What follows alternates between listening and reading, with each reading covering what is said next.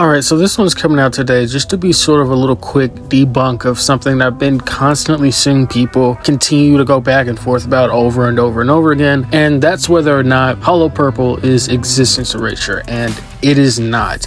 Now, I've already laid out a few points before in other videos where I've had to bring it up, like Sukuna using his Cleveland Dismantle to destroy Shinjuku, and Gege depicting on the page Shinjuku actually being erased. While in contrast to this, Gojo in his fight with Sukuna uses Unlimited Hollow. It hits the city, and like multiple times before when he uses Hollow Purple, debris is still left behind. Gojo also hits Hanami with Hollow Purple, and it doesn't erase all of Hanami's body, and it shouldn't even matter unless you think Hanami somehow blitzed Hollow Purple while getting hit by it, that Hanami was damaged, because the point is it doesn't erase Hanami from existence. Same thing happens with Toji. He doesn't appear to avoid Hollow Purple, yet when he's hit by it, we clearly see a lot of his body is still left, and on top of that, we know his soul wasn't affected, so it doesn't erase in that way. Well, defenders of this technique will fall back on, does it erase physical matter? But there's a problem with this. There's multiple times we see something in the series that Gojo implies he can't destroy. One of these instances being the veil that's put up to specifically keep him out.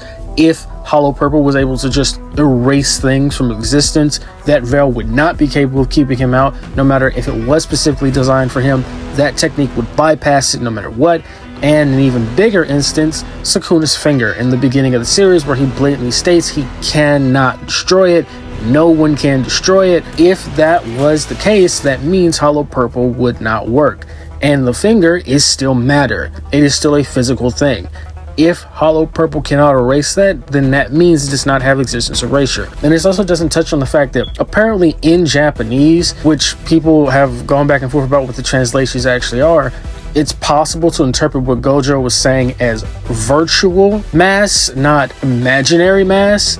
And on top of this, him calling it an imaginary technique doesn't immediately equate it to being imaginary mass. And again, the translations are the only medium, as far as I can recall, that actually might refer to it as imaginary mass, which again, what that would mean in the original Japanese, as far as what Gege was intending, could also not be the same thing it would mean in English. But regardless, the point is, Sukuna blocks the technique that should not be possible if it erases physical matter. It doesn't destroy all the buildings where he's fighting Sukuna. It doesn't completely erase Hanami, even though it hits Hanami. It doesn't completely erase Toji, even though it hits Toji.